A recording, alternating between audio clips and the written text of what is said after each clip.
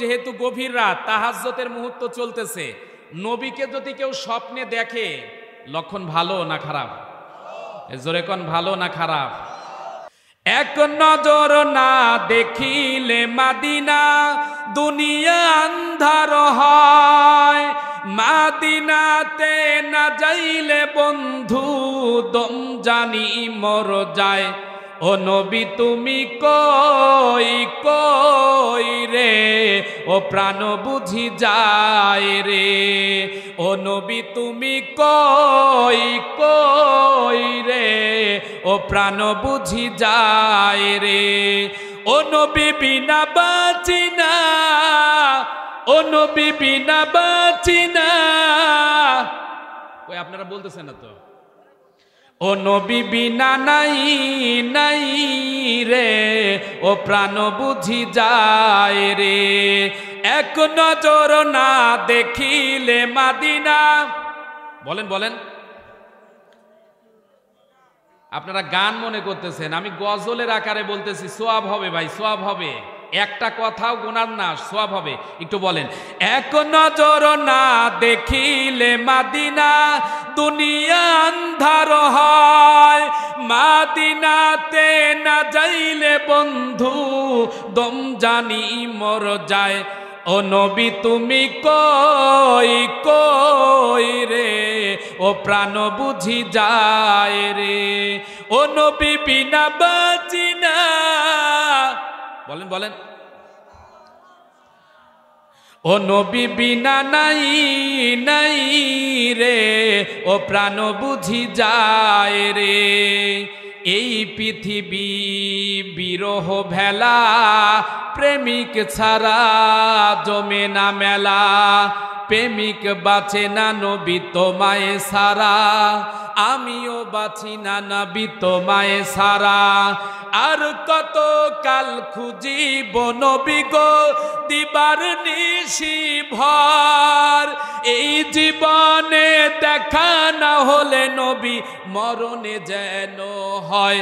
ও নবী তুমি কই, ও নবী তুমি কই কই রে, ও প্রাণ বুঝি যায় রে। এক নজর না দেখিলে মাদিনা,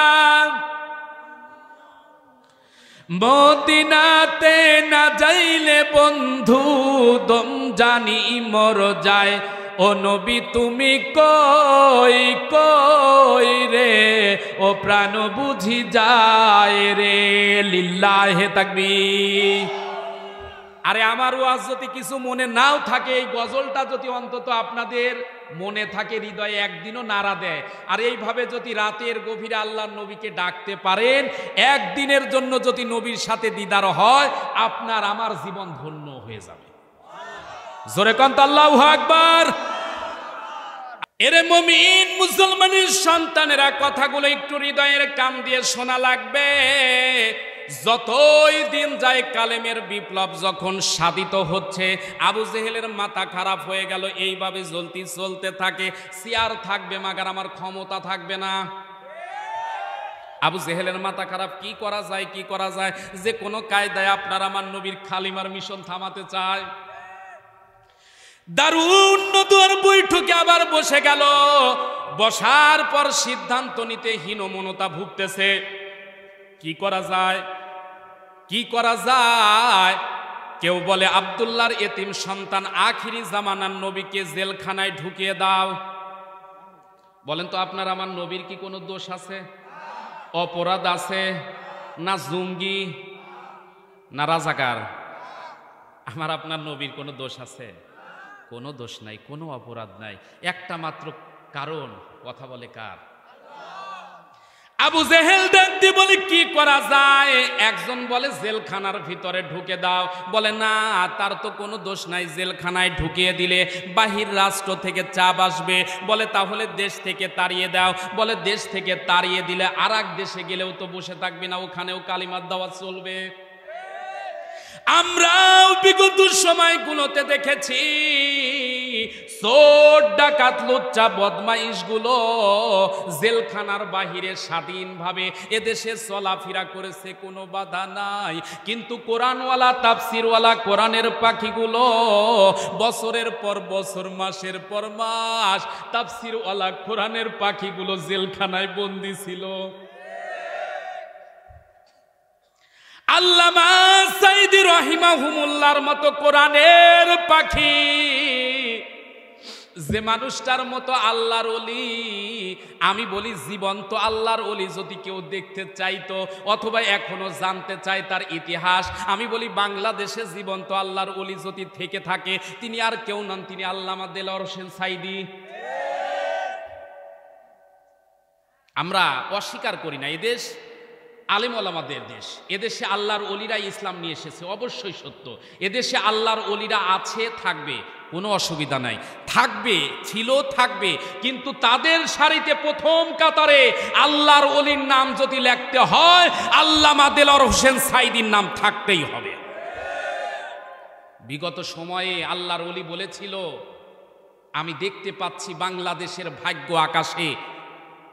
কথা বলে না কেন? তিনি একটা, আমি কি বলবো না রাগ করতেছেন? একটা ঘন্টা সময় লাগবে, কিন্তু আজকের আলোচনা করতে আর 1 ঘন্টা লাগবে। আপনারা কি চলে যাবেন? রাগ করবেন না তো ভাই? একটা পর্যন্ত চলান যাবে? আচ্ছা, সময় দিবেন তো 1 ঘন্টা? আচ্ছা। আল্লাহর ওলি বলেছিল, ভবিষ্যৎবাণীতে বলেছিল, আমি দেখতে পাচ্ছি বাংলাদেশের ভাগ্য আকাশে উত্তর গগনে কালো মেঘ জমা হয়েছে, ঝড়ের পূর্বাভাস লক্ষ্য করছি। যদি মোকাবেলা করতে না পারেন সক্ষমভাবে এমন গাঢ় কালো আমাবস্যার রাত নেমে আসতে পারে যার সুবে সাদিক হওয়া অসম্ভব। সুতরাং আপনারা কি কাফের বেঈমান মুশরিকদের মতো গোলামি করে মরতে চান? বিড়ালের মতো 500 বছর বেঁচে থাকতে চাই না, সিংহের মতো ভুগতেছে। কি করা যায়, কি করা যায়? কোনো বুদ্ধি পায় না, কোনো কুল কিনারা পায় না। সবাই যখন ফিট, মাথাটা নিচু করে বসে আছে, একজন দাড়ি পাকা মুরব্বী বেশ ধারণ করে একজন সাদা পাগড়িওয়ালা জুব্বাওয়ালা লোক ঢুকছে ওই মাহফিলে। আসার পর ডাক দিয়ে বলে, আবু জেহেল, সবার বুদ্ধি যখন আনফিট, এই মুহূর্তে আমার বুদ্ধি হবে ফিট। এ মুসলমান, সবাই যখন শয়তানি করে পারে না, বুঝে থাকলে বলুন তো ওই সময় একজনের শয়তানি খুব চলে, তার নাম কি? একটু জোরে বলতে হবে। ইবলিস এসে বলে, আবু জেহেল, সবার বুদ্ধি যেহেতু আনফিট, আমার বুদ্ধি এই জায়গায় হবে ফিট। আল্লাহ নবীর বিরুদ্ধে শয়তান এসে ডাক দিয়ে বলে, আবু জেহেল, জেলে ঢুকালেও বিপদ, দেশ থেকে তাড়াইয়ে দিলেও বিপদ। এই মুহূর্তে যদি আব্দুল্লাহর এতিম সন্তানকে মারতে চাও, ইসলামের যদি কাফন দাফন করে দিতে চাও, একটা মাত্র ব্যবস্থা আছে, একটা মাত্র সুযোগ আছে, তাহলে হুজুর দ্বারাই হুজুর মারা লাগবে। কি করা লাগবে? হুজুর দ্বারাই হুজুর মারা লাগবে। কি আপনারা অন্যদিকে আছেন? একটু মন দিতে হবে। আবু জেহেল ডাক দিয়ে বলে, যদি আব্দুল্লাহর এতিম সন্তানকে মারতে চাও, কোনো ব্যবস্থা দিলে হবে না। এই পৃথিবীর জমিনে হুজুর দ্বারা যদি হুজুর ব্যবস্থা করে কেউ হাত তুলবে না। সবাই বলবে হুজুররাই যদি মারামারি করে, হুজুররাই যদি মারা যায়, হুজুররাই যদি রাস্তায় যদি মিছিল করে, হুজুররাই যদি জেলখানায় যায়, এক হুজুর আর এক হুজুরের যদি বিরুদ্ধতা চারণ করে, তাহলে কেউ তোমাদের বিরুদ্ধতা চারণ করবে না। আজও পৃথিবীর জমিনে আমরা দেখি ভারত থেকে কেউ কেউ কলকাঠি নাড়ে, আর আমার দেশে হুজুরেরা মারামারি করে। কথা কন না কেন? আমার কথায় মন খারাপ করবেন না, রাগ করবেন না। আজকেও সকালবেলা দেখেছি, এখনো আপনি যদি ফেসবুক অথবা ইউটিউবে ঢোকেন, তাবলিগ জামাতের বৃহত্তর 2 দল মারামারি শুরু করছে। কথা কন না কেন? তাবলিগ আপনি করেন, কোনো অসুবিধা নেই। কেউ জুবায়ের পন্থী, কেউ সাদপন্থী, 2 দলই তো ভাই ভাই হওয়া দরকার। দেশের সাথে, ইসলামের সাথে এই মুহূর্তে সকল দলের এক হওয়া দরকার। অথচ কি ছোট ছোট বিষয় নিয়ে সাদপন্থী আর জুবায়ের পন্থীর মধ্যে মনে হচ্ছে দাও কুমড়ো লাগছে। হায়রে অবস্থা। আলেমেরা যখন মারামারি করে, বিজাতি আর শয়তানরা পাশে বসে মুস্কি মুস্কি হাসে।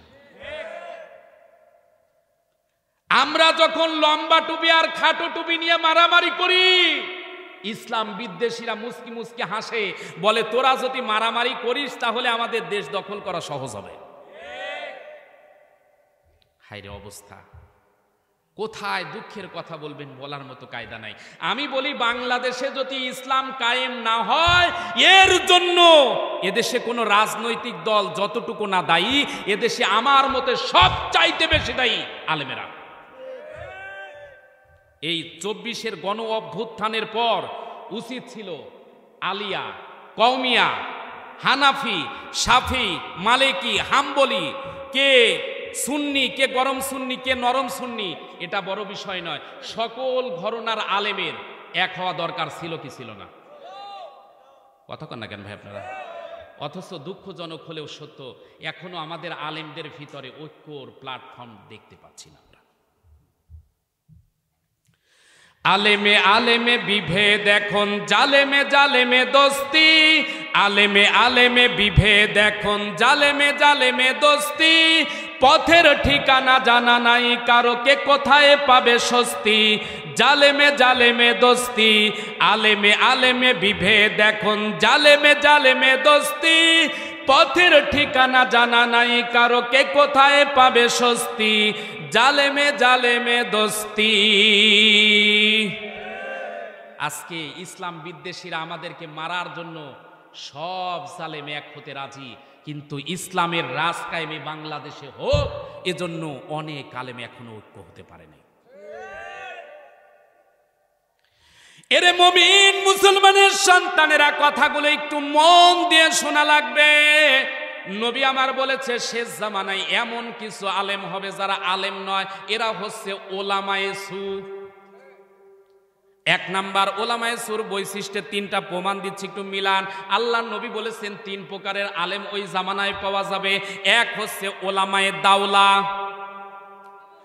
আল্লাহ নবী বলেছেন 1 নাম্বার ওই জামানার ভিতরে পাওয়া যাবে ওলামায়ে দাওলা, যারা রাষ্ট্রীয় পৃষ্ঠপোষকতায় লালিত পালিত আলেম। এমনও আলেম আছে সরকার যা শিখিয়ে দিত ও সারা জীবন ওইটাই ফতোয়া দিত। আমরা দেখেছি বিগত সময়গুলোতে সোলাদিয়ার একজন ইমাম ছিল ফরিদ উদ্দিন মাসুদ। কথা কন না কেন? এরে মুমিন মুসলমানের সন্তানেরা, এমনও আলেম ছিল জালেম, যা করে আলেমও যদি তাই করে, বলেন তো এটা মেনে নেওয়া যায়? আপনার আমার কলিজার টুকরা নবীকে শাহবাগে আমরা দেখেছি ব্লগাররা নবীকে যখন গালি দিয়েছেন, আমাদের আম্মা জানদেরকে, উম্মাহাতুল মুমিনিনদেরকে যখন গালি দিয়েছে, এই শাহবাগে গিয়ে ফরিদ উদ্দিন মাসুদের মতো মানুষ, অন্য অন্য কুলাঙ্গারদের মতো মানুষ যদি বলে আমরাও এই ব্লগারদের সাথে আতাত করে একত্রতা ঘোষণা করলাম, বলেন তো এগুলো কি আলেম না জালেম? জোরে কোন আলেম না জালেম? 2 নম্বর নবী বলেন ওলামায়ে উম্মাত এমন আলেম হবে, মানুষেরা যেদিকে, জাতি যেদিকে আলেমে যায় সেদিকে। তার মানে যেদিকে পানি পড়ে ওই দিকে ও ছাতা ধরে সারা জীবন। এরকম হুজুর আছে না? না হুজুর, এমনও হুজুরকে দেখেছি বলতেছে, হুজুর আমরা যাত্রা থিয়েটার একটা করব, আপনি ওখানে গিয়ে একটু দোয়া করে আসবেন। 500 টাকার বিনিময়ে হুজুর গিয়ে ওই জায়গায় দোয়া করে। এরকম হুজুর আছে না? আরে আছে মানে এরকম হুজুরের সংখ্যা মারাত্মক। কথা কন না কেন? সুদখোরের বাসায় দাওয়াত দিয়েছে, বলতেছে হুজুর জুমার পর আমার বাড়িতে দাওয়াত ইসে। যাওয়ার পর হুজুর দোয়া করতে করতে আধা ঘন্টা চলে যায়, তাও হাত নামায় না। আর একজন রিকশাওয়ালার বাড়িতে গিয়েছে, রব্বানা যালামনা আনফুসানা বলতে বলতে আমিন। কথা কন দেখেন, কারণ হুজুর জানে যে বাড়িতে এসেছি এই বাড়িওয়ালা কমপক্ষে 1000 দিবে। এরকম হুজুর আছে না নাই? আপনারা হুজুরের একটু দিচ্ছি, আপনারা খুব খুশি। কথা কন না কেন? এতক্ষণ হুজুরদের বিপক্ষে বললাম, এদেশে যদি ভালো মানুষের কাতারে অধিকাংশ মানুষ থেকে থাকে, অন্য কোনো মানুষ না, এরা হচ্ছে আলেম এবং ওলামা। কথা কন না কেন? এবার ঠিক আসবেন আমি জানি। তো এ সময়ে, বর্তমান সময়, আমার কথাটা একটু মিলান, একটা কোনটা চেয়েছি, ঠিক আছে তো? এ সময়ে 50,000 টাকা দিয়েও আপনার সংসার ঠিক মতো চলতেছে না, আপনার সংসার ভালো চলতেছে না। আপনাকে যদি বলা যায় কেমন আছেন, বলে ভাই খুব একটা সুবিধা নাই, কোনো রকমে চলতেছি। বেতন কত? 50। বেতন কত? 60। বেতন কত? 1 লাখ। এরপর ওর সংসার ভালো চলে না। অথচ একজন মসজিদের ইমামের বেতন মাত্র এখনো এ বাংলাদেশে আমরা দেখতে পাই 7,000, 8,000, অনেকের 10,000।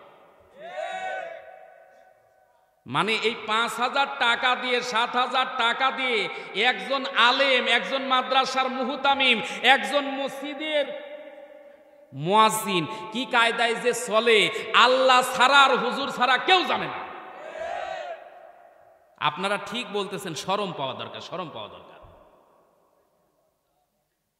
ইমামের বেতন বাড়াবার জন্য দেখবেন কমিটি বসে বলে কত টাকা বাড়ানো যায়। বলে ইমামের বেতন কত? কয় 6,000 ছিল। কয় 6,000 ছিল, আর 1,000 টাকা দিলেই হয়। ইমামের বেতনে অনেক বরকত। কথা কন না কেন রে ভাই? আপনার 50,000 টাকা দিয়ে চলে না, 60,000 টাকা দিয়ে চলে না, আর ইমামের 6,000, 7,000 টাকা দিয়ে চলে। আরে ইমামদের দেখার এদেশে কেউ নাই, এদেশে কেউ নাই। কথা কন না কেন? এ মুসলমানের সন্তানেরা, এই জন্য বলি, এদেশে একজন স্কুলে যে চাকরি করে তার বছরে বছরে বেতন বাড়ে, কলেজে যে চাকরি করে তার বছরে বছরে বেতন বাড়ে। এদেশে সরকারি প্রতিষ্ঠানগুলো, বেসরকারি প্রতিষ্ঠান, যেখানেই বলেন না কেন তার বেতন বাড়ে। কিন্তু একজন মাদ্রাসার মুহতামির বেতন বাড়ে না, একজন মুয়াজ্জিনের বেতন বাড়ে না, একজন ইমামের বেতন বাড়ে না। এদেরও বেতন বাড়ানো দরকার আছে না নাই? এজন্য আমি বলি, এ বেতন সাধারণ দিয়ে হবে না, এদের বেতন আমি মনে করি সরকারিভাবে জাতীয়করণ করা দরকার। স্বাধীনতার পর থেকে এই 54 বছরে, 55-র কাছাকাছি চলে গেছি, কত সরকার এলো আর কত সরকার গেল, যেই আসুক আমাদের কোনো অবজেকশন নাই। তবে আগামী সংসদের নির্বাচনে ইশতেহারে যারাই যাক, পার্লামেন্টে যারাই সরকার গঠন করুক, আমরা চাই বাংলাদেশের ইমাম মুয়াজ্জিনদেরকে একটা যেন সরকারিভাবে বেতন স্কেল করে বেতন ভুক্ত করা হয়। কারণ এ বাংলাদেশে যদি ইমাম মুয়াজ্জিনদেরকে আপনারা যদি সরকারিভাবে একটা জাতীয় স্কেলের মাধ্যমে সম্মানজনক যদি কিছু একটা দিতেও পারেন, অন্তত পক্ষে এই নিরীহ আলেমরা কিয়ামত পর্যন্ত আপনাদের কথা মনে স্মরণ করবে। এ মুসলমানের সন্তানেরা, কথাগুলো একটু হৃদয়ের কান দিয়ে শুনবেন। নবীকে যখন মারার জন্য আবু জেহেলকে বুদ্ধি দিয়ে যাচ্ছে, হুজুর দ্বারাই হুজুর মারা লাগবে, আবু জেহেল বুঝে ফেলেছে কি করা লাগবে। এমন সময়, ওই সময়কার জামানার ভিতরে সব চাইতে একজন কিতাবী আলেম ছিল, নাম হচ্ছে কাব ইবনে মালিক। এই কাব ইবনে মালিক ছিল তাওরাত, জাবুর এবং ইনজিল কিতাবের পণ্ডিত।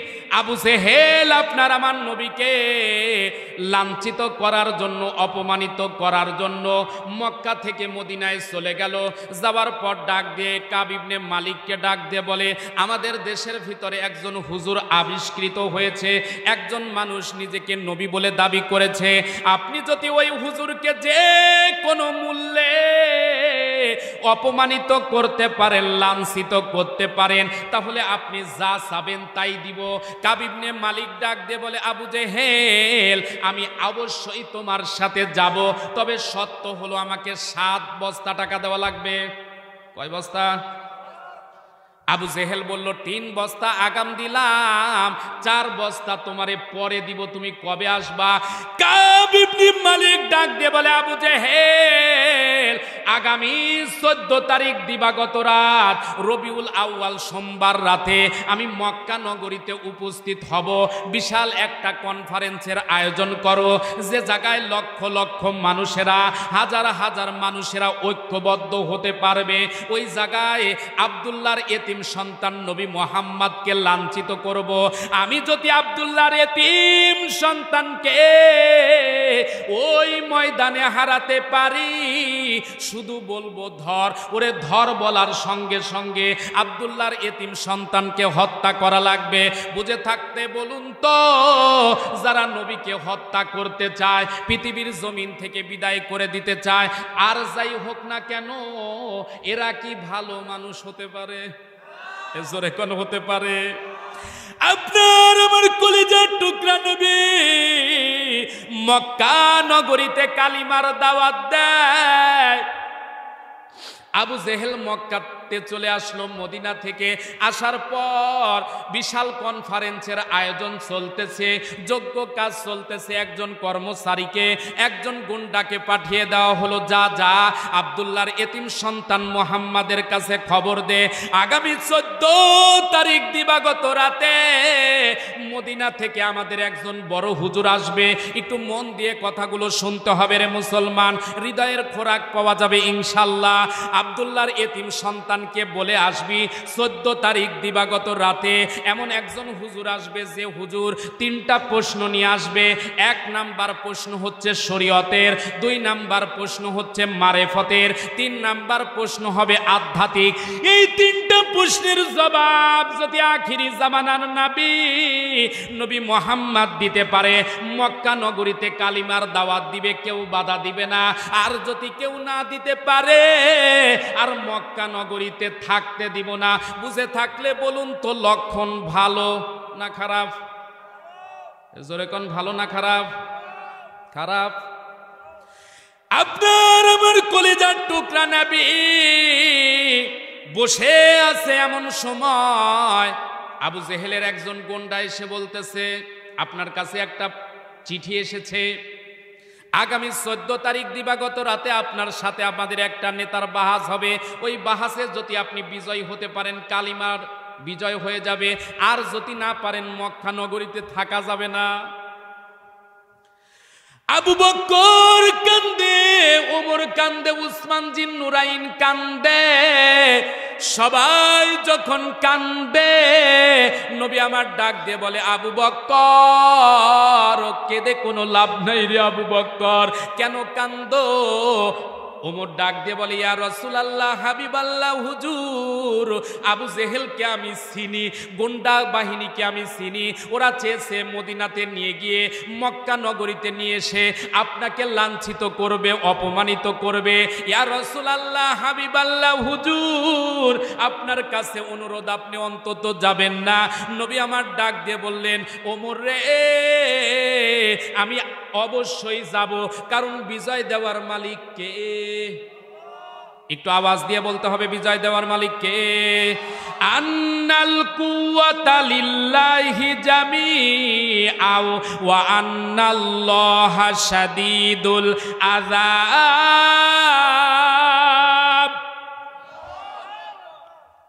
কি সমস্যা কোনো? আল্লাহ নবী বলতেছে, ওমর রে, এই মুহূর্তে মন খারাপ করার কারণ নাই, বরং উদু ইলা সাবিলি রব্বিকা হিকমা, পরামর্শক্রমে হিকমা গ্রহণ করো, কৌশল অবলম্বন করো। নবী আমার ডাক দিয়ে বললেন, আবু বকর, ওমর, উসমান, আমাদের মুসলিমদের সংখ্যা কতজন? তারা বলল মাত্র 40। কত? একটু আওয়াজ দিয়ে বলতে হবে, কত? মুসলমানদের সংখ্যা কম হলেও যে বিজয় হয়, তার বাস্তব প্রমাণ এখনই বোঝাবো। সুবহানাল্লাহ বলবেন না? কারণ বিজয় দেওয়ার মালিক কে? এই 2-1 উঠে যাচ্ছে, আপনারা মন খারাপ করতেছেন। যার কপালে হেদায়াত নেই, ও বাড়িতে যাবে, কিচ্ছু করার নাই। কথা কন না কেন? একটু বসেন। নবী আবার ডাক দিয়ে বললেন, ওমর রে, 40 জন নিয়ে মন খারাপ করার কারণ নাই। 40 জন দুই জন করে 20 ভাগে ভাগ হবা।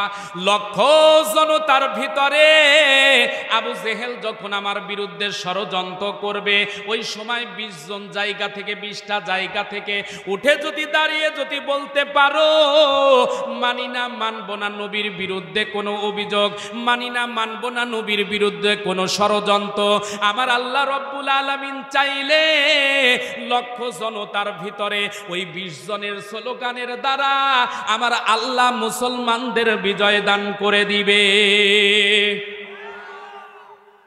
কাব ইবনে মালিক বিশাল স্টেজ বানিয়েছে আবু জেহেল। আবু জেহেলের টার্গেট, সভাপতি হব আমি নিজে, আর কাব ইবনে মালিককে বানাবো প্রধান অতিথি। আজকের মাহফিলের সভাপতি আছে না নাই? সভাপতিকে আচ্ছা, সভাপতি আছে। প্রধান অতিথি আমাদের আজকের মাহফিলে আছে না নাই?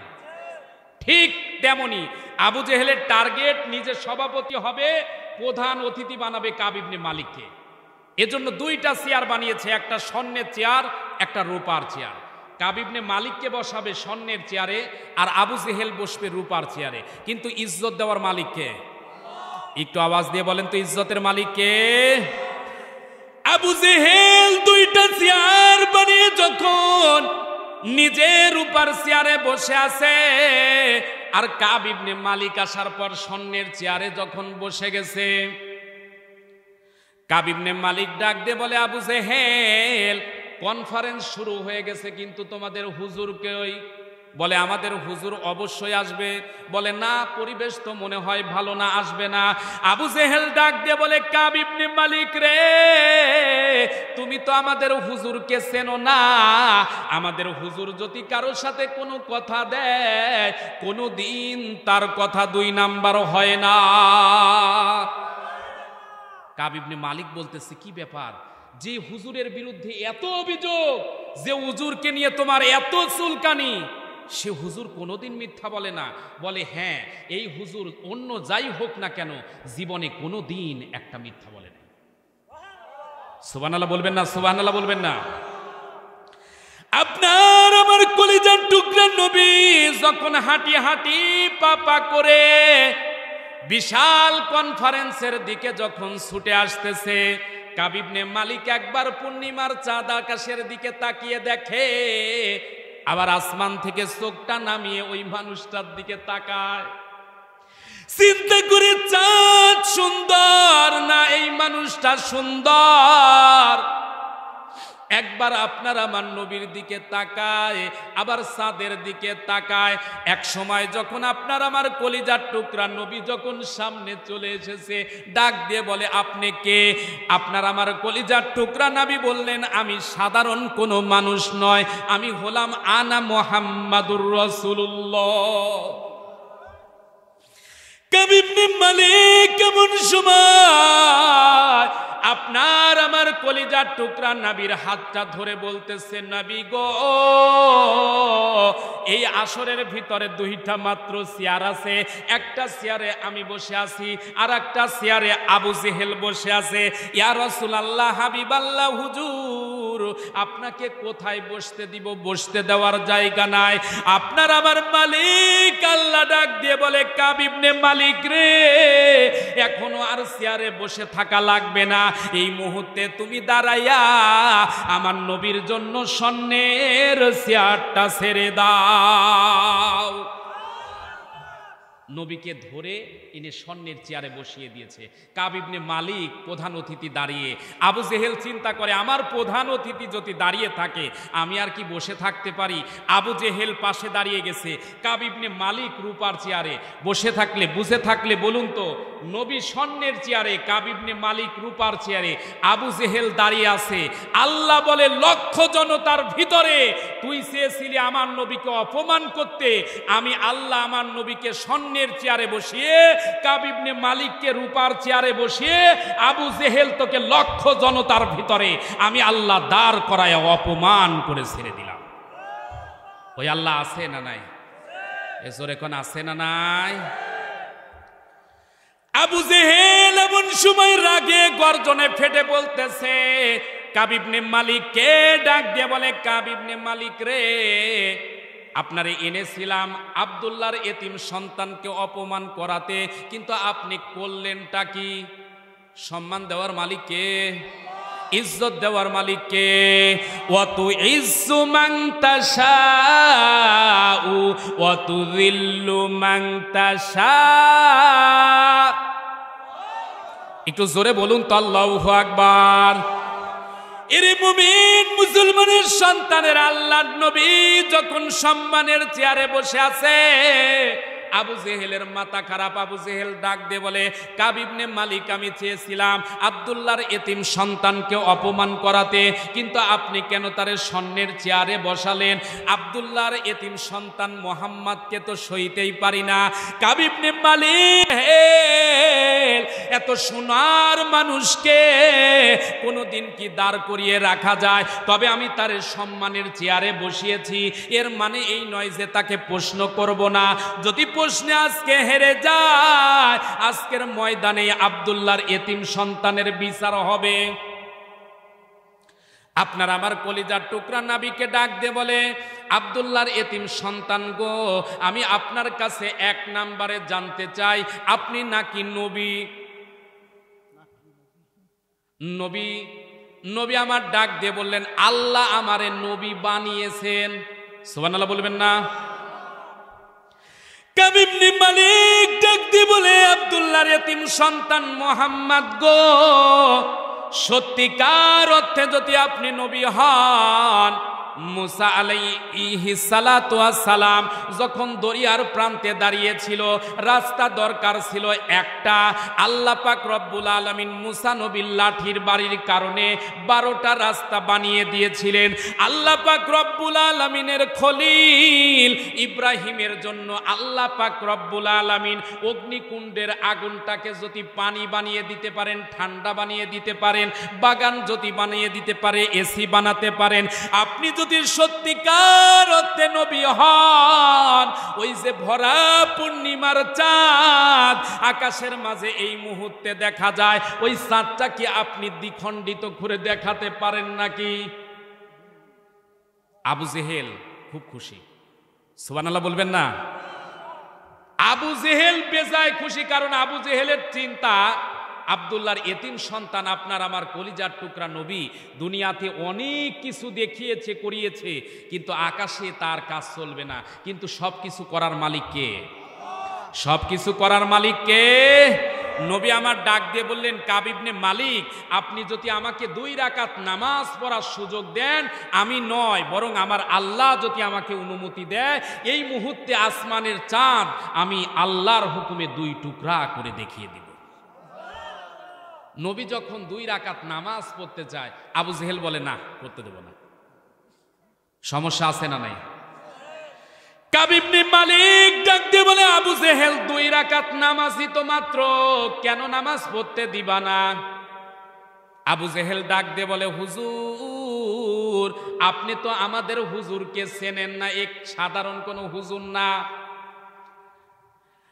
এমন হুজুর আপনার সাথে বাহাজে এসেছে, যদি 2 রাকাত নামাজ পড়ার মতো পড়তে পারে, আল্লাহর সাথে এমন ভাবে কানেক্টেড হয়ে যাবে, আব্দুল্লাহর এতিম সন্তান মুহাম্মাদুর রাসূলুল্লাহ যা বলবে, আজকে আসমান জমিনে আসমানের মালিক তাই এই মুহূর্তে ঘটিয়ে দিবে। তাহলে যে নামাজ পড়লে আল্লাহর সাথে কানেক্টেড হওয়া যায়, ওই নামাজ দরকার আছে না নাই? এরে মুমিন মুসলমানের সন্তানেরা, কথাগুলো একটু হৃদয়ের কান দিয়ে শোনা লাগবে। আবু জেহেল যখন নামাজ পড়তে দিতে চায় না, কাব ইবনে মালিক বলে, ঠিক আছে, আমি অনুমতি দিলাম। এ মুসলমান, আজকের মাহফিলে যারা এসেছেন, বসেছেন, আমাদেরও নামাজ পড়া দরকার আছে না নাই? এ জোরে কোন আছে না নাই? কিন্তু আমরা কি সবাই 5 ওয়াক্ত নামাজ পড়ি? পড়ি। এখানে ওয়াজ শুনতেছে, কালকে ওয়াজ হলেও শুনবে, অনেক আল্লাহর বান্দা আছে, কিন্তু মাগার ফজরের নামাজ পড়বে না। এরকম লোক আছে না নাই? কিন্তু নামাজ, as-salatu মিরাজুল মুমিনিন, নামাজ মুমিনের মিরাজ শুরু। সুবহানাল্লাহ বলবেন না? এরে মুমিন মুসলমানের সন্তানেরা একটু হৃদয়ের কান দিয়ে শোনেন। আল্লাহ নবীর প্রিয় সাহাবী হযরতে আলী রাদিয়াল্লাহু তাআলা আনহু কোন একটা জিহাদের ময়দানে গিয়েছিলেন। জিহাদের ময়দান থেকে ফেরার পর শরীরের ভিতরে যখন তীর বিদ্ধ হয়ে যায়, নবীর সাহাবীর শরীর থেকে তীর খোলার জন্য সাহাবীরা যখন তীর ধরে টান দেয়, ছোট্ট বাচ্চার মতো হযরতে আলী রাদিয়াল্লাহু তাআলা আনহু ফুফিয়ে ফুফিয়ে কান্দে। নবী আমার ডাক দিয়ে বললেন, সাহাবীরা রে, আমার আলীর শরীর থেকে তীর খুলতে পারবা না, বরং আমার আলী যখন নামাজে দাঁড়ায়া যায় ওই সময় তীরটা খুলে নিও। হযরতে আলী রাদিয়াল্লাহু তাআলা আনহু নামাজের মুসাল্লায় যখন দাঁড়িয়ে গেলেন, দুইজন সাহাবী পা ধরেছে, দুইজন হাত ধরেছে, দুইজন তীর ধরে টানতেছে। তীরের সাথে রক্ত, তীরের সাথে গোশত খুলে আসে, কিন্তু এক মুহূর্তের জন্য আলী রাদিয়াল্লাহু তাআলা আনহু বুঝতে পারে নাই। সুবহানাল্লাহ বলবেন না? নামাজ শেষে হযরতে আলী রাদিয়াল্লাহু তাআলা আনহু ডাক দিয়ে বলে, সাহাবীরা রে, আমার শরীরে তীর ছিল, তীরটা কই গেল? আর আমার জায়নামাজটাই ভেজা কেন? আল্লাহ নবী ডাক দিয়ে বলে, আলী রে, সত্যিকার অর্থে কি তুমি বুঝতে পারো নাই? হযরতে আলী রাদিয়াল্লাহু তাআলা আনহু ডাক দিয়ে বলে, ইয়া রাসূলুল্লাহ, হাবিবাল্লাহ, হুজুর, জানার পরও যেহেতু জানতে চান তাহলে শোনেন। আমি যখন নামাজে দাঁড়াই আমার শরীরটা থাকে জমিনে, আর আমার দেহ নামিক হৃদয়টা থাকে আল্লাহর আরশে আজিমের উপরে। ইয়া রাসূলুল্লাহ, হাবিবাল্লাহ, হুজুর, আপনি বলেছেন মুমিনের মিরাজ হচ্ছে নামাজ। আমি যখন নামাজের ভিতরে থাকি আমার দেহটা থাকে জমিনে, আর আমার মনটা ওই মুহূর্তে আমার আল্লাহর দিদারে ইলাহিতে মিশে যায়।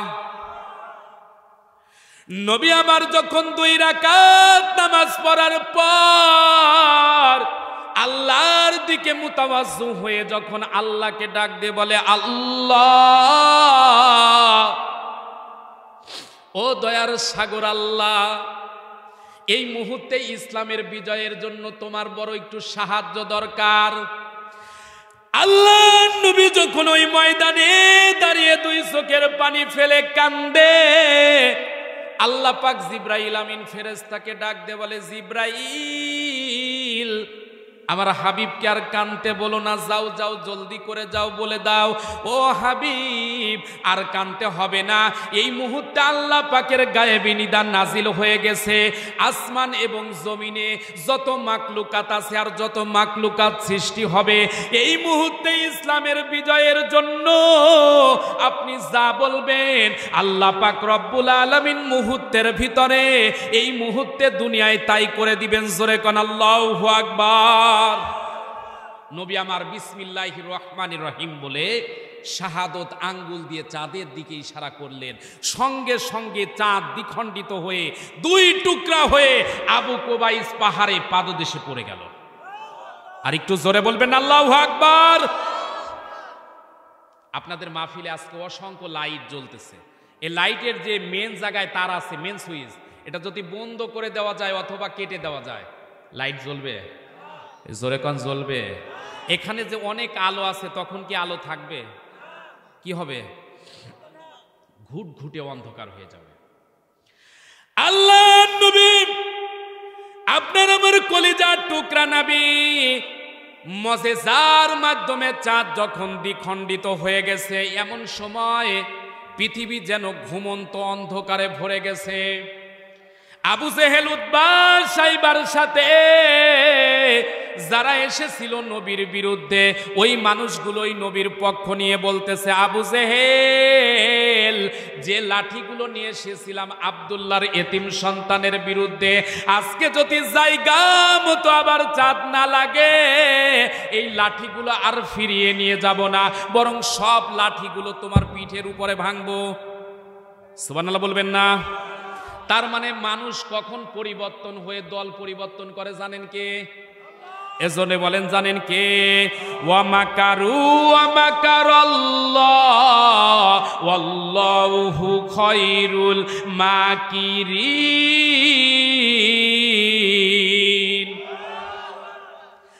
আল্লাহ পাক রব্বুল আলামিন বলে, হাবিব আপনি টেনশন করবেন না, চিন্তা করবেন না, ওরা করে ষড়যন্ত্র আর আমি আল্লাহ করি কৌশল। বিজয় দান করার মালিক কে? আবু জেহেল এবার আপনার আমার কলিজার টুকরা নবীর পায়ে পড়ে গেছে, ডাক দিয়ে বলে, আব্দুল্লাহর এতিম সন্তান গো, চাঁদটা দ্বিখণ্ডিত হয়ে গেছে, ঘুটঘুটে অন্ধকার, দ্রুত চাঁদটাকে জায়গায় লাগাও, তুমি যা বলো আমি তাই শুনবো। সুবহানাল্লাহ বলবেন না? আপনার আমার নবী ডাক দিয়ে বলে, চাচা কালিমা পড়েন, কালিমা পড়েন। আবু জেহেল বলে, ভাতিজা কালিমা পড়া লাগে, আমিও পড়বো, দরকার হলে তো চাচিকে নিয়ে পড়বো, তবে চাঁদ আগে জায়গা লাগা। তার মানে শয়তানি শয়তানি সব জায়গায় আছে না নাই? আপনার আমার নবী যখন চাঁদটাকে জায়গা মতো লাগিয়ে দিলেন, আবু জেহেলের শয়তানি কি বন্ধ হয়েছে? কাব ইবনে মালিক কে ডাক দিয়ে বলে, কাব ইবনে মালিক এক নাম্বার প্রশ্নে ফেল, দ্বিতীয় প্রশ্ন দিয়ে কি আমার আপনার নবীকে হারানো যায়? কাব ইবনে মালিক ডাক দিয়ে বলে, নেতা ঠিক আছে, 3 বস্তা টাকা যেহেতু খেয়েছি আরো 4 বস্তা দিবেন, দ্বিতীয়টা প্রশ্ন করি। আপনার আমার কলিজার টুকরা নবীকে ডাক দিয়ে বলে, আব্দুল্লাহর এতিম সন্তান মোহাম্মদ গো, দ্বিতীয় নাম্বার প্রশ্ন হলো আপনার কাছে আমি জানতে চাই, বলেন তো আমার সন্তান কয়টা? কিসের 4টা? কে বলতেছে? কাব ইবনে মালিক বলতেছে আমার সন্তান কয়টা। এই যে আমাদের একজন সম্মানিত মেহমান বসে আছে, ওনার সাথে আমার কথা হয়নি মনে করেন, ওনার পরিবারের অবস্থা কি, ওনার সন্তান কয়টি যদি আমাকে না বলে, কিয়ামত পর্যন্ত আমার বলা সম্ভব? জোরে কোন সম্ভব? আমার সন্তান কয়টা আমি যদি না বলি, এটা আপনারা বলতে পারবেন? কাব ইবনে মালিক হঠাৎ করে নবীকে বলতেছে, আপনি যদি সত্যিকার অর্থে আখিরি জামানার নবী হন, বলতে হবে আমার সন্তান কয়টা। বলেন তো প্রশ্নটা কি যৌক্তিক না অযৌক্তিক? অযৌক্তিক প্রশ্ন। আপনার আমার নবী ডাক দিন, কি আপনারা বিরক্ত হচ্ছেন? আর কয়েকটা মিনিট, শেষ হয়ে গেছে প্রায়। আচ্ছা দেখা যাক, আপনাদের খুব বুঝতে পারতেছি আমি, ঠান্ডা খুব বেশি লাগতেছে তাই না ভাই? একটু তাকবীর দেন তো, লিল্লাহে তাকবীর, লিল্লাহে তাকবীর। আপনার আমার কলিজার টুকরা নবী ডাক দিয়ে বলে, কাব ইবনে মালিক রে, তুমি প্রশ্ন করেছো তোমার সন্তান কয়টা, আমি যদি এই মুহূর্তে বলি তোমার সন্তান একটা, তুমি বলবা 2টা, আমি যদি বলি 3টা, তুমি বলবা 4টা, তার মানে কোনো অ্যান্সার মিলবে না। এ কাব ইবনে মালিক, তোমার প্রশ্নের জবাব দেওয়ার আগে তোমার সাথে 11 জন লোক এসেছে, ওই 11 জন লোক এই মুহূর্তে কাবার হাতিমের পাশে বসে নেশা করতেছে, ওই 11 জন মানুষকে যদি নিয়ে এসে আমার সামনে দাঁড় করাতে পারো, আমি অবশ্যই তোমার প্রশ্নের জবাব দিব। এ মুসলমানের সন্তানেরা রে, ওই সময়ও যদি নেশা থাকে, ওই সময়ও যদি নেশার দ্রব্য থাকে, আজও বাংলাদেশে নেশা আছে না নাই? এজোরে কোন আছে না নাই? কয়েকদিন আগে নীলফামারীতে মাহফিল করতে আসলাম, একজন এসে আগেই বলতেছে, হুজুর একটু বাবার বিরুদ্ধে বলবেন। কি কয়? আমি বললাম কোরআন হাদিসে বাবার পক্ষে বলা আছে, আর আপনি বলেন বাবার বিরুদ্ধে। বলেন না হুজুর ওই বাবা না, ইয়াবার বিরুদ্ধে বলতে হবে। আমাদের দেশে এই অসুখও আছে না নাই? আগে যুবকেরা খাইতো সিগারেট, তারপরে বিড়ি, তারপরে গাঞ্জা, এখন খায় ইয়াবা। কথা কন না কেন? কথা কন না। অনেকে আবার মুসকি মুসকি হাসে যে হুজুর অন্যর বাড়ির ছেলে খায়, আমার ছেলে তো খায় না, আমার সমস্যা কি? আমি বলি আপনার পাশের বাড়িতে আগুন ধরেছে, আপনি যদি এই মুহূর্তে পানি দিয়ে না নিভান, ওই আগুনের লেলিহান শিখা আপনার বাড়িতে এসে আপনার বাড়িও জ্বালিয়ে পুড়িয়ে ছারখার করে দিত। আপনার পাশের বাড়ির ছেলেটা আজকে গাঞ্জা খায়, আপনার পাশের বাড়ির ছেলেটা আজকে ইয়াবাসক্ত, ওকে যদি ঠিক না করতে পারেন, আপনার সন্তানও একদিন নষ্ট হয়ে যাবে, কেউ ঠেকাতে পারবে না। কিন্তু সমস্যা মারাত্মক, এক সময় আমরা যখন ছোট ছিলাম, আপনারাও যখন ছোট ছিলেন দেখেছি, মাগরিবের পর আমরা যদি রাস্তায় বা কোথায় ঘুরতাম, মুরব্বীরা এসে ধমক দিয়ে বলতো, এই বেটা বেয়াদব, মাগরিবের পর পড়াশোনা করার কথা। কি বলেন? হয়ে গেছে, আর 15 মিনিট, আর 15 মিনিট এখনই না একটু? আচ্ছা আচ্ছা, ঠিক আছে, বলবো। কি আপনারা বিরক্ত হচ্ছেন? আর 15 থেকে 20 মিনিট, শেষ হয়ে গেছে আলহামদুলিল্লাহ। না না না, জোর করে আলোচনা শোনার অভ্যাস নেই। আসলে 10টাতে উঠলে আলোচনার একটা মান থাকে। 11টায় উঠেছি মানে 12টা বাজলেই মানুষের মনের ভিতরে চলে যাওয়ার একটা আকুপাকু শুরু হয়। কথা বোঝেন? এজন্য মাহফিলটা 10টার ভিতরেই প্রধান মেহমানকে তোলা দরকার। যাই হোক, যা হয়ে গেছে। এরে মুমিন মুসলমানের সন্তানেরা, নবী আমার ডাক দিয়ে বললেন, ওই 11 জনকে আগে নিয়ে আসো।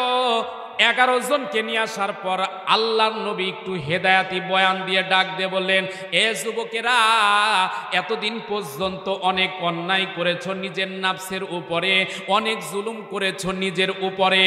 আল্লাহর নবী ডাক দিয়ে বললেন, যুবকেরা রে, মৃত্যুর পরে আর একটা জীবন আছে, সেই জীবনে উঠতে হবে। আমি হচ্ছি আখিরি জামানার নবী।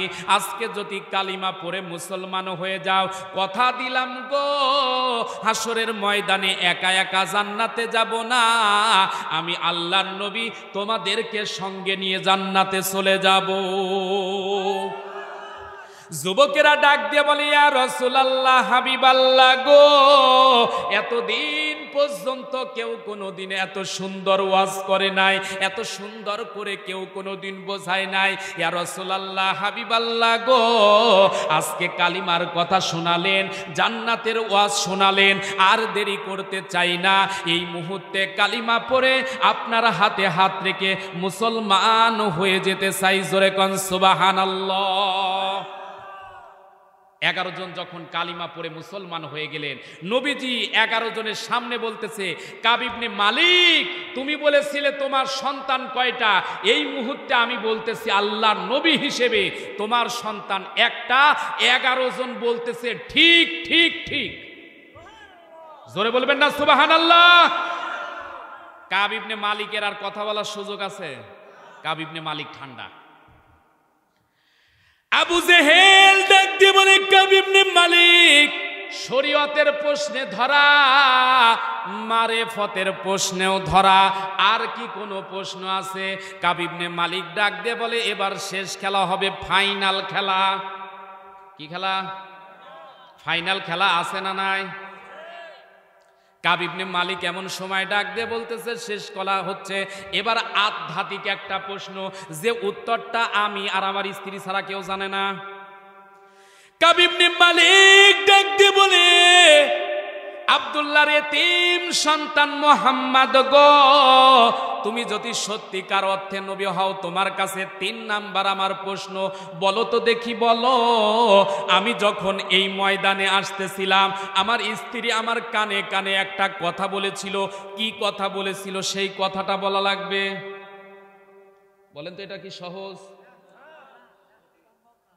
আপনি বাড়ি থেকে আসার সময় আপনার মুরব্বী, আপনার হোম মিনিস্টার কি বলেছে, এটাকে আমি বলতে পারবো? আমি এই মাহফিলে আসার সময় আমার বাড়িতে যিনি আছে উনি কি বলেছেন, এটা বলা সম্ভব? জোরে কোন সম্ভব? কিন্তু নবীর পক্ষে এটা সম্ভব? কথা বলে না কেন? নবীর পক্ষে এটা কি অসম্ভব না সম্ভব? সম্ভব। আল্লাহর নবী ডাক দিয়ে বললেন, কাব ইবনে মালিক রে, তুমি জানো আমি সত্যিকার অর্থে আল্লাহর নবী, তারপরও তুমি হেলালিপনা করতেছো। তবে শোনো, তুমি যে প্রশ্ন করেছো সেই প্রশ্নটাও আমি উত্তর দিতে চাই। সুবহানাল্লাহ বলবেন না? কাব ইবনে মালিক কে ডাক দিয়ে বলে, কাব ইবনে মালিক, তুমি যখন বাড়ি থেকে বের হচ্ছিলা তোমার স্ত্রী ডাক দিয়ে বলেছিল কাব ইবনে মালিক রে, ও আমার স্বামী, আপনি তাওরাত জাবুর ইনজিল কিতাবের পণ্ডিত, আপনি বাড়িতে থাকা অবস্থায় তাওরাত জাবুর ইনজিল কিতাব মাঝে মাঝেই পড়তেন, আমি আপনার পাশে দাঁড়িয়ে দাঁড়িয়ে মাঝে মাঝে শুনতাম আপনার কিতাব পড়ার লক্ষণ দেখে আর আবু জেহেলের সাথে ওই নবীর বাহাজের কথা শুনে আমার কেন যেন মনে হয় আজকে যে বাহাজে যাচ্ছেন ওই মানুষটা দুনিয়ার কোনো সাধারণ মানুষ নয়, ওই মানুষটা কেন যেন মনে হয় উনি হচ্ছে আখিরি জামানার পয়গম্বর নবী মুহাম্মাদুর রাসূলুল্লাহ। কাব ইবনে মালিকের স্ত্রী ডাক দিয়ে বলে, স্বামী গো, ওই বাহাসে যদি প্রমাণিত হয় ওই মানুষটা দুনিয়ার কোনো সাধারণ মানুষ নয়, আখিরি জামানার নবী নবী মুহাম্মাদুর রাসূলুল্লাহ সাল্লাল্লাহু আলাইহি ওয়াসাল্লাম, এটা যদি প্রমাণিত হয় আপনি তার সাথে বেয়াদবি করবেন না, আপনি তার সাথে দুশমনি করবেন না, আপনি তার সাথে অপমানজনক কথা বলবেন না, বরং আপনি আমাদের সন্তানের জন্য দোয়া করবেন, কারণ আমাদের ঘরে আসমান জমিনের মালিক এমন একটা সন্তান দিয়েছে যে সন্তানটা ল্যাংড়া, যে সন্তানটা কানে শোনে না, যে সন্তানটা চোখে দেখে না। এতদিন সংসার জীবনে ও স্বামী কোনোদিন মা ডাকটা শুনতে পারি নাই, মনটা চায় আমার সন্তান যেন আমাকে একটু মা বলে ডাকে। আপনারও তো মন চায় আমাদের কন্যাটা যেন একটা দিনের জন্য আপনাকে বাবা বলে ডাকে। নবী আমার ডাক দিয়ে বলে, কাব ইবনে মালিক রে, এখনো কি বিশ্বাস হয় না? নবী যখন বলতেছে কাব ইবনে মালিক আর বসে থাকতে পারে নাই, সঙ্গে সঙ্গে আল্লাহু আকবার বলে দাঁড়িয়ে গেছে। জোরে কোন আল্লাহু আকবার। বিজয় দেওয়ার মালিক কে? ওই আল্লাহ আছে না নাই? কাব ইবনে মালিক ডাক দিয়ে বলে, ইয়া রাসূলুল্লাহ, হাবিবাল্লাহ, হুজুর আর বসে থাকতে পারলাম না, মনে হচ্ছে যেন আমার বাড়িতে গিয়ে আপনি দেখে দেখে বর্ণনা করতেছেন। নবী আমার ডাক দিয়ে বললেন, কাব ইবনে মালিক রে, আর মন খারাপ করতে হবে না, আমি দোয়া করে দিলাম, বাড়িতে গিয়ে দেখবে তোমার ছোট্ট মেয়েটার আজকে থেকে ল্যাংড়া থাকবে না, বাড়িতে গিয়ে দেখবে সুস্থ হয়ে গেছে। সুবহানাল্লাহ বলবেন না? কাব ইবনে মালিক কে ডাক দিয়ে বলে, বাড়িতে যাওয়ার পর দেখবে কাব ইবনে মালিক তোমার মেয়েটা আর বোবা থাকবে না, মুখ দিয়ে বাবা বাবা বলে ডাক দিবে। কাব ইবনে মালিক ওই সময় নবীর হাতে হাত রেখে এবং কাব ইবনে মালিকের সাথে যারা এসেছিল ওই মানুষগুলো কালিমা পড়ে মুসলমান হয়ে গেল। এ মুসলমানের সন্তানেরা, বুঝে থাকলে বলুন তো, ইসলামের বিরুদ্ধে ইসলামের শত্রুরা যতই শত্রুতা করুক না কেন, বিজয় দেওয়ার মালিক কে?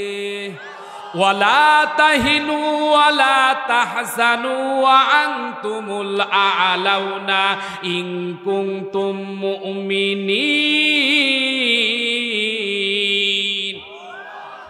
এরে মুমিন মুসলমানের সন্তানেরা, শুরুতেই বলেছিলাম হতাশ হয়ো না, ভেঙে পড়ো না, চিন্তিত হয়ো না। মুমিন যদি হন বিজয় দান করবেন কে? এ জোরে বলুন, বিজয় দান করবেন কে? কয়েকটা মিনিট যদি চেন এই মা বোনদের জন্য রাগ করবেন ভাই, কয়েকটা মিনিট বলতেছি। আপনার আমার নবী কতটা দরদি নবী। এই কাব ইবনে মালিকের কথার সাথে আর একটা কথা যোগ করে দিয়ে মোনাজাতের দিকে যাচ্ছি। নবী আমার জীবনে 3টা বার সবচাইতে কষ্ট স্বীকার করেছেন। এক নম্বর, নবী কালিমার দাওয়াত দেওয়া প্রাথমিক অবস্থায় নবীর শরীরের উপরে যেদিন উটদুম্বা গাধাগুলোর মলমূত্র সহ নারী ভুরুগুলো যখন চাপিয়ে দেওয়া হয়েছিল, ইতিহাস প্রমাণ করে নবীর জীবনে ওই দিনটা ছিল সবচাইতে কষ্টের দিন। আপনি আমি কয়দিন কালিমার জন্য কষ্ট করছি ভাই। এই যে বসে আছি, একটু ঠান্ডা লাগতেছে তাই অনেকেই বিরক্ত হয়ে চলে যাচ্ছেন। নবীর জীবনে দ্বিতীয় নম্বর কষ্টের দিন হলো উহুদের ময়দানে। নবী আমার কালিমার দাওয়াত যখন দিতে গিয়েছিলেন, উহুদের ময়দানে যুদ্ধে যাওয়ার পর নবীজির দান মোবারক শহীদ হয়ে যায়। শুধু তাই নয়, নবীজির মাথা ফেটে, হেলমেট ফেটে, নবীজির পুরা শরীরটা রক্তে রঞ্জিত হয়ে পাথরের ভিতরে একটা গুহার ভিতরে পড়ে যায়। কাফের বেঈমানেরা ছড়িয়ে দেয় আব্দুল্লাহর এতিম সন্তান মোহাম্মদ, আপনার আবার কলিজার টুকরা নবী মারা গেছে। এ মুমিন মুসলমানের সন্তানেরা যার কলিজায় নবীর প্রেম আছে, হৃদয়টা একটু নরম করেন। দুইটা ফোঁটা যদি নবীর মহাব্বতে যদি চোখ দিয়ে পানি পড়ে, আল্লাহর কসম করে বলি আজকের মাহফিল কবুল হয়ে যাবে। 3 নাম্বার নবীর জীবনের সব চাইতে কষ্টের দিন তায়েফের ময়দানে নবী যখন দাওয়াত দিতে গেলেন, নবী চিন্তা করলেন মক্কার লোক কালিমা গ্রহণ করলো না, মদিনার লোক কালিমা গ্রহণ করলো না, তায়েফের জমিনের মানুষেরা হয়তো বা কালিমা গ্রহণ করবে। নবী আমার যখন কালিমার দাওয়াত দেয়, কালিমা তো গ্রহণ করলোই না। কাফের বেঈমানেরা নবীর বিরুদ্ধে যুবকদেরকে লেলিয়ে দিল। নবীর উপরে বৃষ্টির মতো পাথর পড়তেছে। নবী আমার এক জায়গায় বেহুশ হয়ে গেল। আবার যখন জ্ঞান ফিরল, নবীকে জোর করে তারা দাঁড় করিয়ে আবার হাঁটালো। আবার বৃষ্টির মতো পাথর মারতেছে। দ্বিতীয়বার নবী যখন জ্ঞান ফিরে আসলো, আবার জোর করে দাঁড়ালো। তৃতীয়বার এইভাবে চললো। এত নবী আমার কষ্ট করেছে, তারপরও কালিমার পথ থেকে নবী আমার কি সরে গেছে রে ভাই।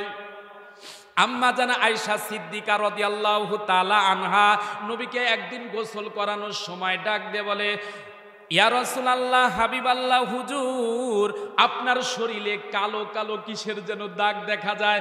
আপনার কি কোনোদিন বসন্ত হয়েছিল, অথবা আপনার কি শরীরে কোনোদিন বড় কোনো রোগ হয়েছিল? আপনার আমার কলিজার টুকরা নবী ছোট্ট মানুষের মতো ফুপায়া ফুপায়া কান্দে আর ডাক দিয়ে বলে, আয়েশা রে, কষ্টের দিনের কথা মনে করে দিলে রে আয়েশা। এ আয়েশা, আমার জীবনে কোনো দিন বসন্ত হয় নাই, আমার জীবনে বড় কোনো রোগ হয় নাই রে আয়েশা। আয়েশা, তবে আমি তায়েফের জমিনে যেদিন কালিমার দাওয়াত দিতে গিয়েছিলাম, ওই দিন আমার উপরে কাফের বেঈমানেরা যুবকেরা যে বৃষ্টির মতো তায়েফের জমিনে পাথর মেরেছিল, ওই পাথরের দাগগুলো আজও আমার শরীরের ভিতরে কালো কালো রয়ে গেছে। আম্মা জান আয়েশা ডাক দিয়ে বলে, নবী গো, আল্লাহর কাছে চাওয়ার মতো চাওয়ার সঙ্গে সঙ্গে যা চাবেন তাই তো আল্লাহ দিয়ে দেয়। আপনি চাইলেই তো গায়ের কালো দাগগুলো চলে যায়, কেন চান না? নবীর চক্ষুটা যেন বড় হয়ে গেল, লাল হয়ে গেল চেহারা। নবী আমার ডাক দিয়ে বলে, আয়েশা রে, আজকে যা বলেছ আর কোনোদিন বলো না রে আয়েশা।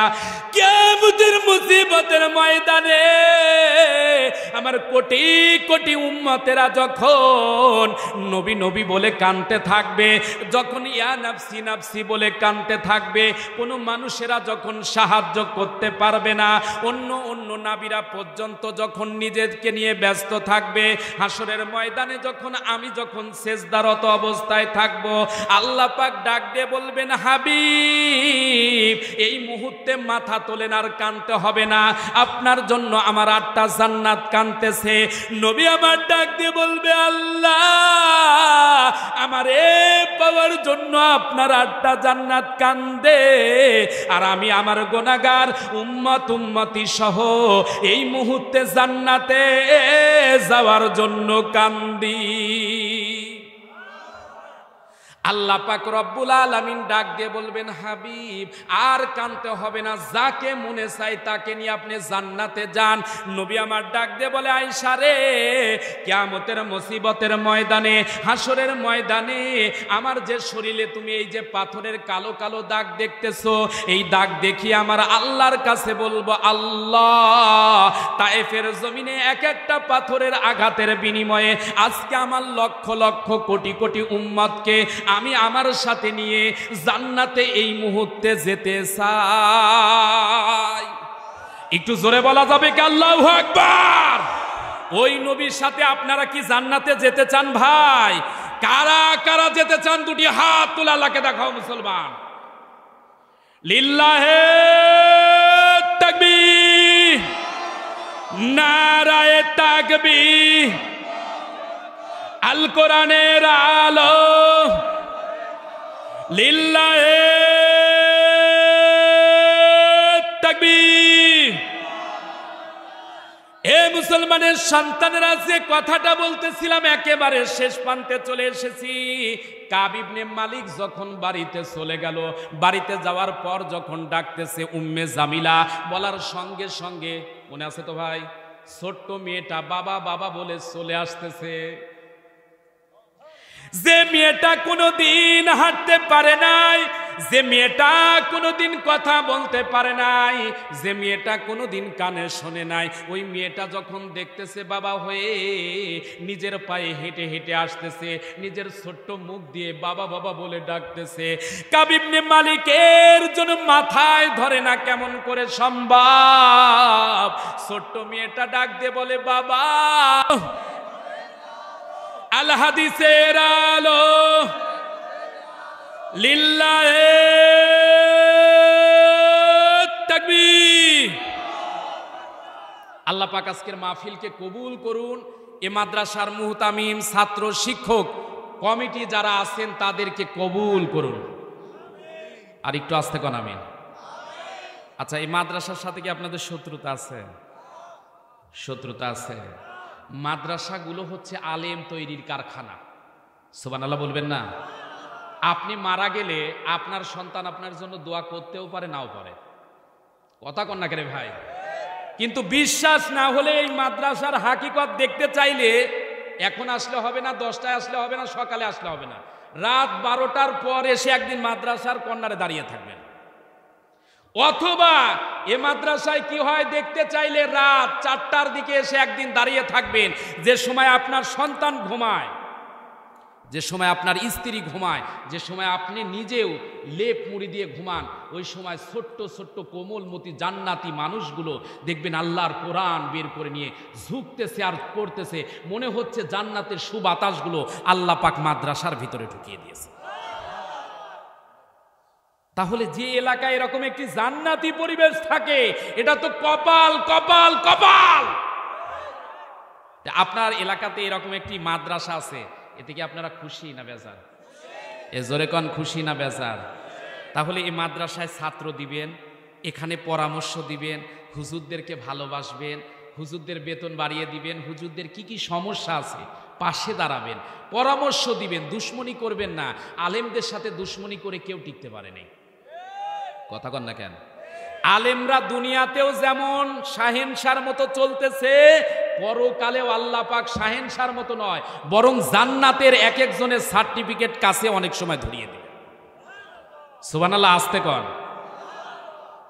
একটা হাদিস শরীফের ভিতরে আসছে, একজন হাফেজে কোরআন 10 জন জাহান্নাম যারা যাওয়া ওয়াজিব হয়ে গেছে এমন মানুষদেরকে নিয়ে আল্লাহ পাকের দয়ায় সাফায়াত করে জান্নাতে নিয়ে চলে যাবে। তাহলে এই মাদ্রাসার ছাত্ররা আপনি যদি মহব্বত করেন, এই মাদ্রাসার মুহতামিম, এই মাদ্রাসার শিক্ষককে যদি আপনি মহব্বত করেন, ওনারা যদি জান্নাতে যায়, তাহলে কি আমাদেরকে রেখে যাবে? আপনি যদি জান্নাতে যান, আপনি কি আমাকে রেখে যাবেন? আমরা চাই দল মত নির্বিশেষে সব মানুষগুলো আল্লাহর জান্নাতে